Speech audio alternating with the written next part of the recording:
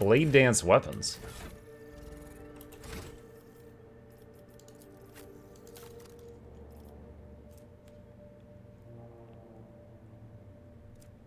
This ability can only be used with a sword equipped. If 2 swords are equipped, the Blade Dancer makes 2 attacks with each one. Okay. I think we're fine. Alright, Rykad Minoris. Oh my god, another interruption. Lord Captain, sorry to disturb you. Vig just pauses as if listening to something. It's a pandemonium outside the bridge gate. One of the officers seems to be demanding an audience with you in person. I think I hear Master Wersarian's voice. In any case, I wanted to warn you in advance. So many interruptions while I just try to travel this short distance across this solar system.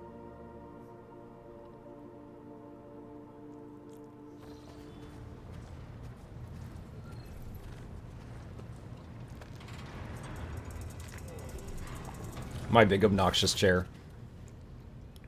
The everyday sounds of the bridge are disrupted by voices raised in anger. Abelard's voice the loudest of all. This is not the conduct of an officer.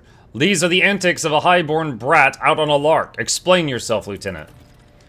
The young woman standing before Abelard strives with all her might not to quail under the onslaught of her superior's anger. She falters, but then manages to look him in the eye and say, I apologize, sir, but I must speak to the Lord Captain. Very well, Lieutenant. You may address the Lord Captain, not least because I see you have already seen fit to disturb him. Your unauthorized appearance on the bridge and display of belligerence towards a higher-ranking officer will be logged in your personal file without delay.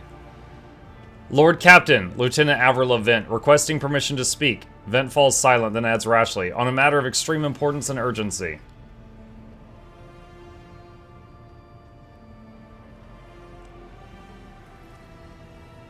You may speak, but I want to hear a report, not a shouting match. Having 2 officers bickering in full view of the ship is unacceptable.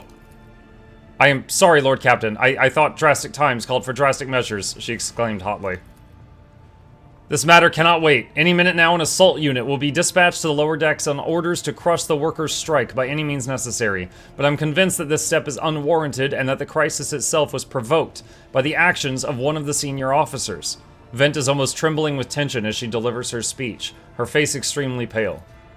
Abelard, in no hurry to intervene, lets out a skeptical huff. He glances at Sauerback, who is standing not far from him, but she maintains a stony expression.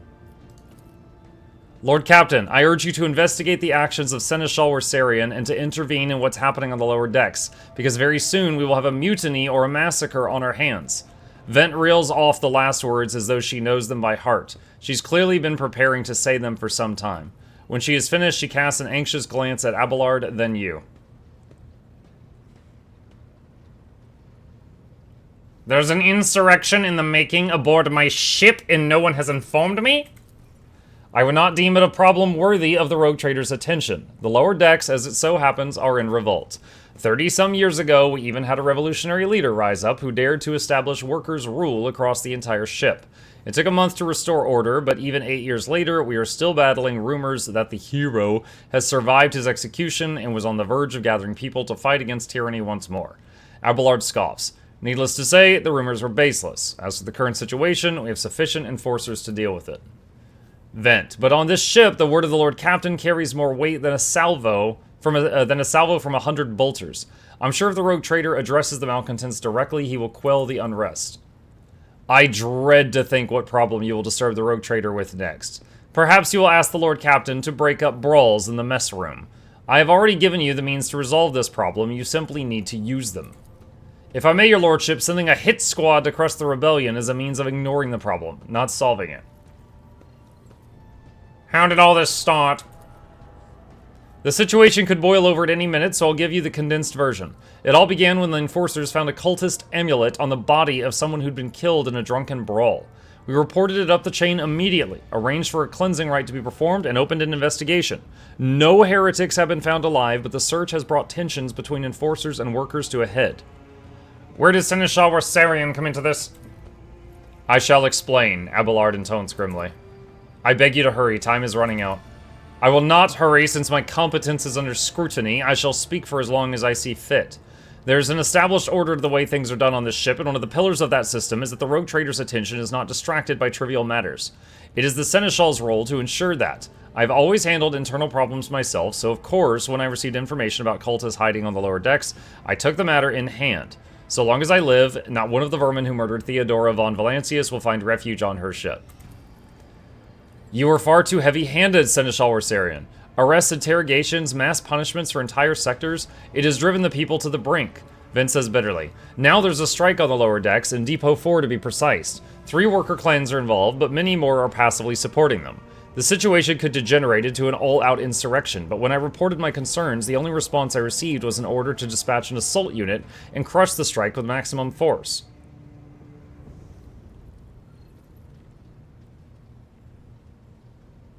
What is Depot 4? Depot 4 is one of the poorest sectors of the lowest decks. It is home to clans of general laborers. They are not as valuable to the ship as the families who have served its specialized systems for generations. They are an easily replaceable resource, and one which is now, more besides, giving succor to cultists and minions of the archenemy. Depot 4 is poor and troubled. But at worst, that means drunken fights and illegal rotgut brewing. We have handled the workers of Depot 4 in the past. We would have done so again if the crackdown on Depot 4 hadn't been so harsh. And another important point to bear in mind, the problem is not limited to this sector. It is located on one of the most populated lower decks, and everything that happens there has a knock-on effect on all the neighboring sectors.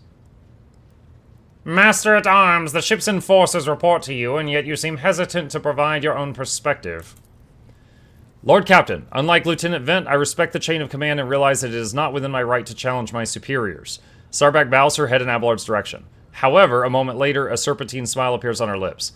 That being said, while I entirely share Master Rorsarian's opinion of what fate Depot 4 deserves, I must note that this insubordination is a direct consequence of practices that he himself has introduced.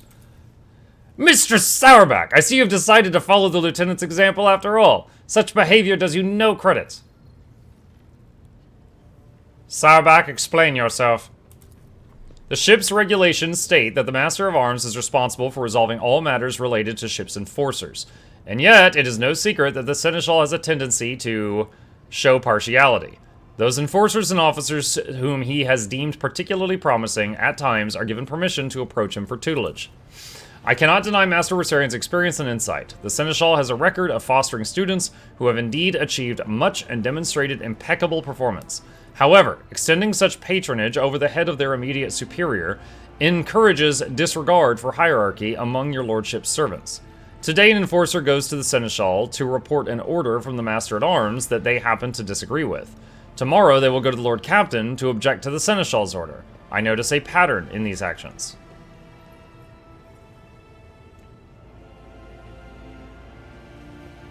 Abelard, do you wish to respond?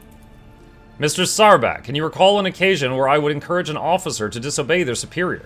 Or one where I would overrule their order, or show favoritism to those who merited none? None, Seneschal, for there have been no such cases the entire time I have served aboard this ship. If anyone were to claim otherwise, I would have them pay for insulting your honor with blood. Your conduct in this regard has always been spotless. Nevertheless, given your eminent position, a simple show of attention on your part is enough to erode the propriety of junior officers, inflate their sense of self-importance, and undermine discipline. That you distinguish some of them and know them by their name is tantamount to walking around the officer's deck handing out gifts to officers who have caught your eye. It fills those who set apart with ambition and audacity, makes them stand out among the rest. Enforcers are meant to be faceless servants, fighters ready to die, their fate entrusted to their commander and no one else. That is the sole foundation of order. Lieutenant Vent, would you say the Seneschal has singled you out from your peers in any way? Lord Captain, I swear Seneschal Rorsarian has never granted me any privileges, never once advocated for me, nor facilitated my promotions. Although, he is the man who convinced me to become an officer in the first place. He has offered me extensive guidance in my service, for which I am grateful to him. And while not all my fellows receive such attention, I know of at least a dozen fine officers whom the Seneschal keeps in his sights to ensure that they continue to strive. To prepare new generations of the dynasty's servants, to instruct them and to separate those with potential from those who have exhausted it, that is my duty as Seneschal. The ship has bays worth of pilots, enforcers, officers, technicians, and stewards whom I have raised personally. By the throne, every third person standing on this bridge right now is my student at one point. I see. Evidently, my officers are anything but a shining example of unity and adherence today. I have only myself to blame, I suppose. Abelard, what do you have to say to all this? I see no need to add anything. I acted within the remit of my authority, guided exclusively by the best interest of your protectorate and your personal safety. If you wish to confirm the rectitude of my actions for yourself, I have no objections. For my part, I urge the Lord Captain to go down to the lower decks, stop the assault unit, and speak directly to the people. You will see that they are not lying or harboring heretics. That way, you will stop the uprising before it begins.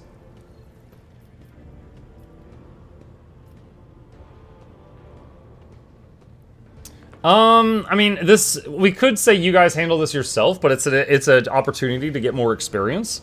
So, we want to go down there, I think, for that reason. So, I'm going to say, I am certain the Seneschal was acting within his authority, but I will verify the soundness of his decisions for myself. Throne preserve you, Lord Captain. Thank you for your support. Abelard grits his teeth. An enterprise bordering on the sophomoric, but please yourself, Lord Captain. However, I categorically insist that I escort you. Lord Captain, I regret that the enforcers were unable to handle the situation, which then led to your and the Seneschal's involvement. I consider it my duty to go to Depot for myself and see to the expedient resolution of this incident. Alright.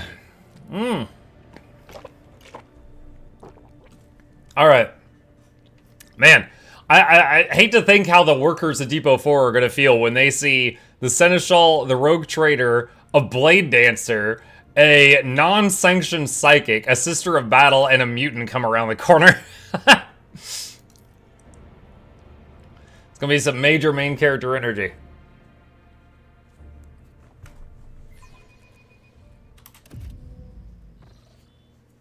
Alright. Patience? Oh my gosh. My nerves are frayed.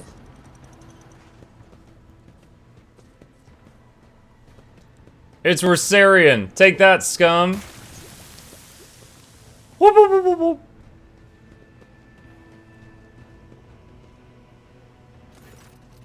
Abelard reflexively wipes the sweat from his brow in a startlingly human gesture, and a telling one. A rare moment where he allows his age of weariness to show through his armor-like veneer of self-assurance. The lower decks are a source of endless problems. Sometimes I deeply regret we cannot replace all the locals with servitors. So for new bloods to the Warhammer universe, a servitor is basically someone who's been lobotomized, and they're like half robot. So he's saying, like, oh man, it's a shame we can't just lobotomize all of them.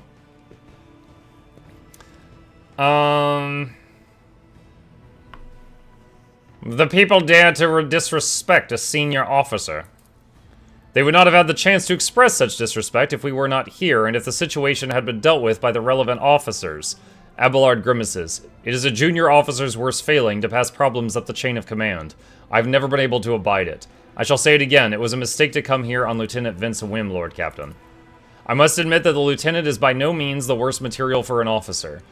Abelard adds peevishly, but in the name of Terra, the girl is the same age as my eldest great-granddaughter, and she has the gall to tell me how to manage the lower decks and hunt down cultists. It'll be another 20 years at least before she'll be trusted to act without oversight.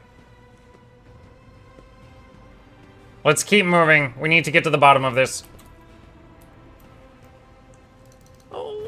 Alright, so, something resembling a nest made out of thermal insulation material. That must be where the workers sleep between shifts. So I do remember this quest, when I played this last time. I'm very curious how a dogmatic person can handle it.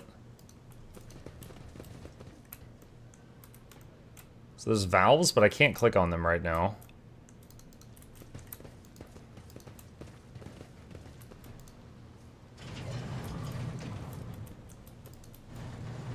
Ah.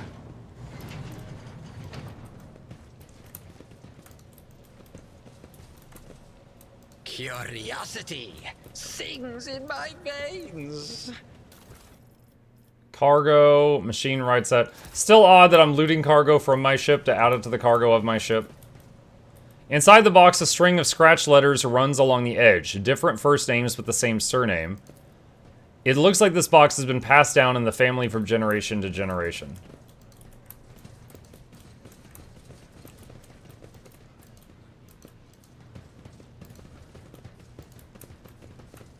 I still do not see our purpose in coming here.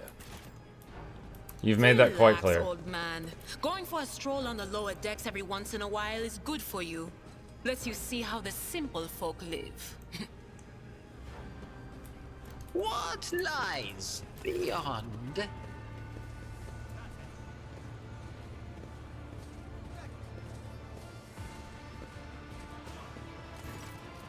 The sound of a heated discussion reverberate through the ship's bays. Lieutenant Avril Levent of the ship's enforcers is barring the path of her superior, Master-at-Arms Jocasta Sarback, who has arrived clad in armor.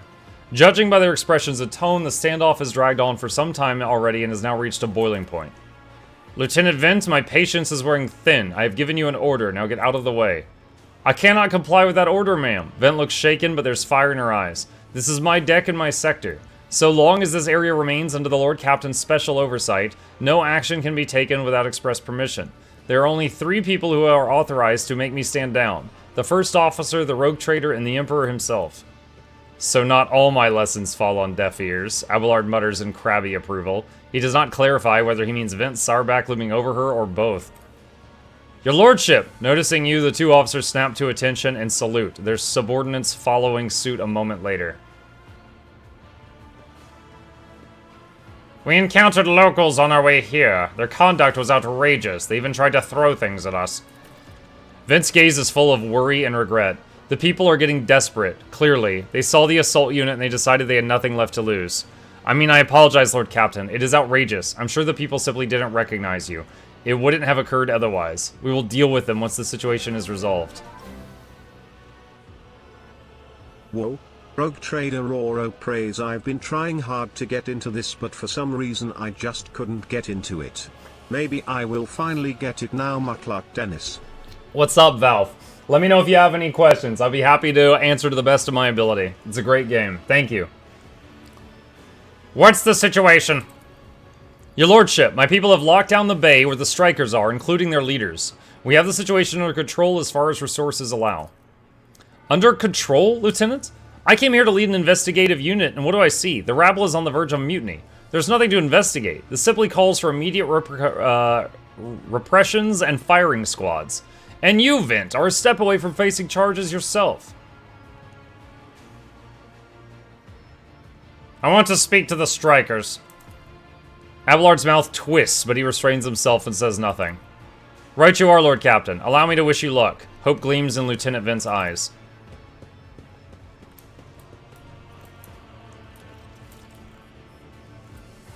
In this tapestry of a world, I am the rogue thread.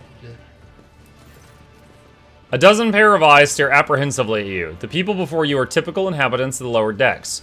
You've taken their simple clothing, crude weapons, and faces that display varying levels of mutation, from barely discernible to the strange to outright grotesque.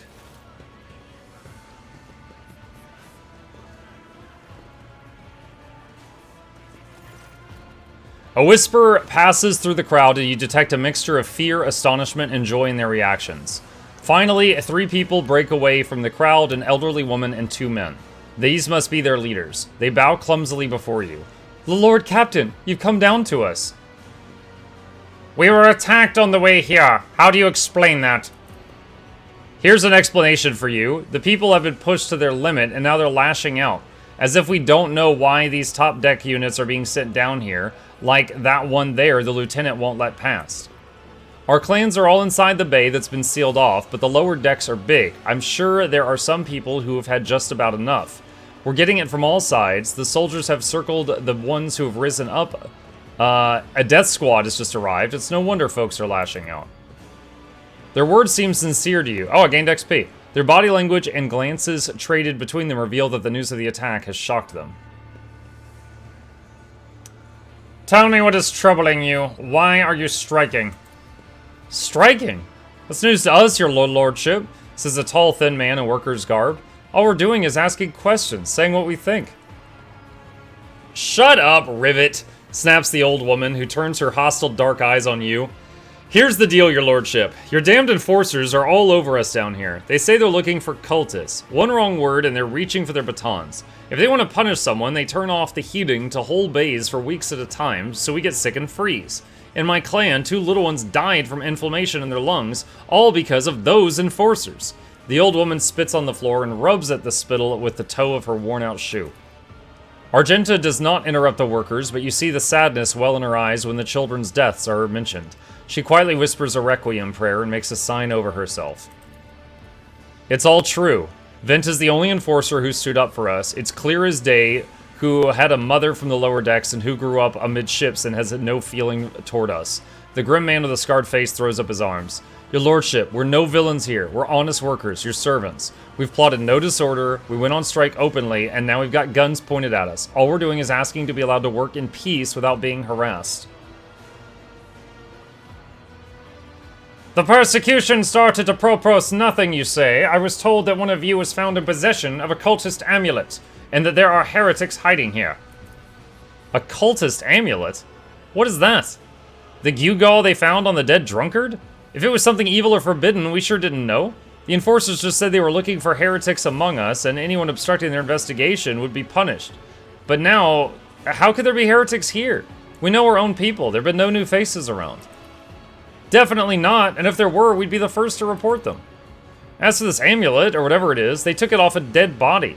There are no cultists still breathing in our sector, that's for sure. But when the fight broke out, some enterprising folks looted the bodies. The boots they came back with. No one ever tried tread these decks in boots so fine, I could tell you that. Seems to me these cultists had better commanders than us. Oh yeah, those boots really were fine. And there were no harm in taking them, right? As for the amulet, it must have been pocketed by someone who didn't know any better. We don't need any amulets around here. We all worship the Emperor. And when we're working, we bow down to the machine spirits of the large and small transformers in the servo motor. We bow down to the servo motor. The same way my grandfather was taught 100 years ago by a tech priest who came calling. Believe us, your lordship, we're people of faith. Naive children! Weren't you taught from an early age about the dangers of the archenemy's creations? Weren't you warned that any unfamiliar object could be one of them? We were told, Holy Sister, but it was long ago. The last time we saw a confessor in our sector was just after I'd had my 3rd little one. That is regrettable, but you cannot lay the burden of leading a righteous life on the shoulders of the Holy Fathers. Who will you blame when beasts crawl out of those amulets that you stole from the heretics? The Holy Father was not there, or the scavenger who brought evil down on himself and his neighbors. Abelard, do you have anything to add? I authorize the use of all necessary measures to locate Chaos worshippers hiding in this sector. The specific steps taken by the officers were not reported to me. Abelard frowns, clearly disgruntled at having to explain himself in the workers' presence. Nevertheless, I am certain that their actions were justified. Cultists are no drunken stevedores. I don't know that word. They are the enemy and a threat to the ship. Neutralizing them demands actions. Sourback, was it really necessary to torture these people with cold? The rabble understands only one language, Lord Captain, that of violence. As per regulations, should the laborers persist in their unwillingness to cooperate, the next step is limiting air supply and cutting off water, which is almost certain to restore order. The peasants can grumble all they want, but in the end, they are the source of their own misery. All they have to do is bow their heads and fall in line, and the need for punitive measures will disappear. And what changes do you want? Would you look at this? The exalted Lord Captain himself is asking us Bildrats what we want. Dude, kind of want to just shoot her in the face right now and then turn to the next guy. What changes do you want? Well, here's what. We want you to rein in your damned enforcers. Quit turning off the heat and stop battering everything that moves. No, that's not it. We want the enforcers gone from here, and we want to be armed. Give us arms and we'll govern ourselves. We'll defend ourselves if these cultists do show their faces. I've been leader of my clan for 20 years now. Getting rid of these club-wielding thugs can only improve things down here. You've gone too far, old Nan. They'll never let the maggots on the lower decks live without the enforcers breathing down their necks. They probably even insist on enforcers on the upper decks, too. As for weapons, what do we need them for? Before the day's out, we'll have someone shooting their neighbor out of stupidity or drunkenness. We don't need that. If the enforcers stop hassling us, that'll be enough. In return, we'll find the scavengers who robbed the cultist bodies, and we'll talk to them, one lower decker to another. If there are any more of these damned amulets about, we'll hand them over to the enforcers ourselves. You speak for yourself and your clan, and I'll speak for me and mine. I don't want empty gestures, I want real change. They'll promise us the world now, but as soon as the Anointed One turns his back, these brutes will be on us even harder than before, all because we dared speak out. The tall worker's eyes dart between the two arguing leaders. Every few seconds, he opens his mouth as if planning to agree, but each time he falls silent, simply making a few vague noises of approval. Coercion 100%. Spreading anarchy on the ship is the first step toward embracing chaos. Putting weapons into untrained hands would be even worse. What's more, the enforcers are needed to maintain oversight and order. Withdraw those demands, and we will consider the rest. The tall worker they call Rivet shrugs and casts a sidelong look at the old woman. Old Nan, listen. The Lord Captain himself has come down to us and is offering concessions, and I don't know a single person in the whole of Depot 4 who's ever stood next to the rogue trader, let alone talk to them. Back down. Now's no time for you to be a stubborn old crone. Listen to us, old Nan. The 3 clans of Depot 4 ought to act as one. We've made our minds up. It's your turn to decide. Don't ask them to disband the enforcers and give us weapons. We don't need any of that. The old woman hisses in dissatisfaction. You two are ganging up on me, is that it? So brave you are against an old woman. But I'll shut it. I will. I won't go against the 2 clan leaders on my own. If you want to make peace with the enforcers, make your peace. That's great. Just fantastic. Lord Captain, we're all agreed.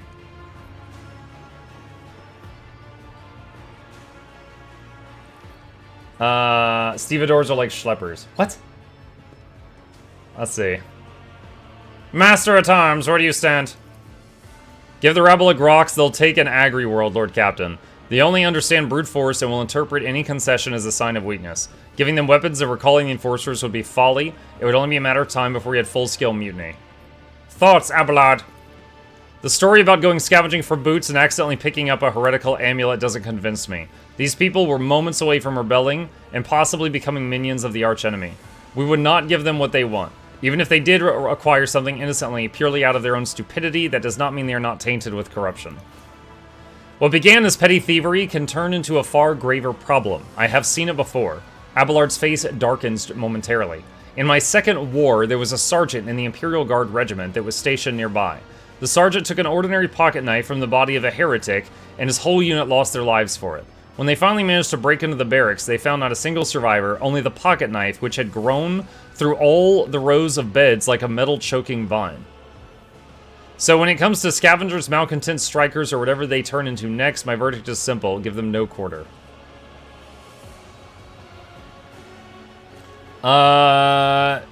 Okay. There's nothing here dogmatic, so I don't have to be a jerk. Then it's decided. The persecution will stop, and I expect you to assist us in locating any remaining amulets or weapons left by the cultists. Your lordship, thank you. You have not abandoned us lower deckers. You came yourself and settled everything. I'll tell my grandchildren about this. You've removed fuel and provisions.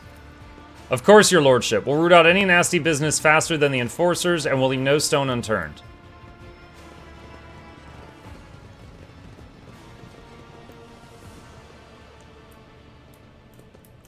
Patience. All right, so I think we could still. I think there's still some stuff down here.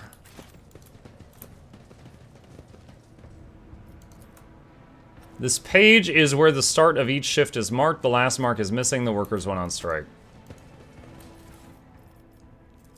Multi-key. The heat sink warms the air around it to a scorching temperature. This is the warmest part of the bay. The workers have even dragged desk chairs here. Let's see. I think I vaguely remember this thing with the vents. They will see. Oh, yes, indeed. So I think there's like a bunch of valves, and I have to press them in a certain order or something. I gotta find one that can be interacted with.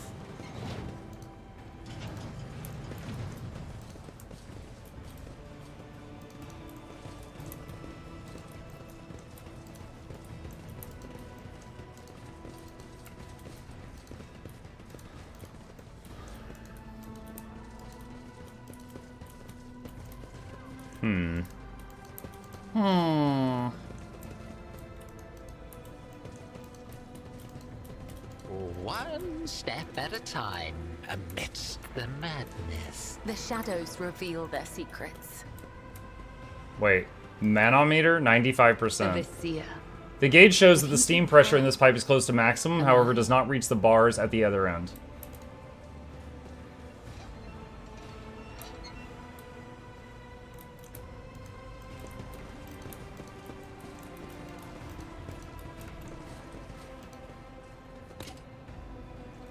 Nothing is happening.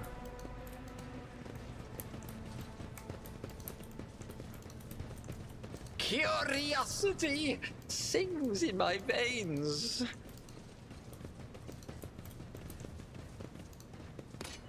No.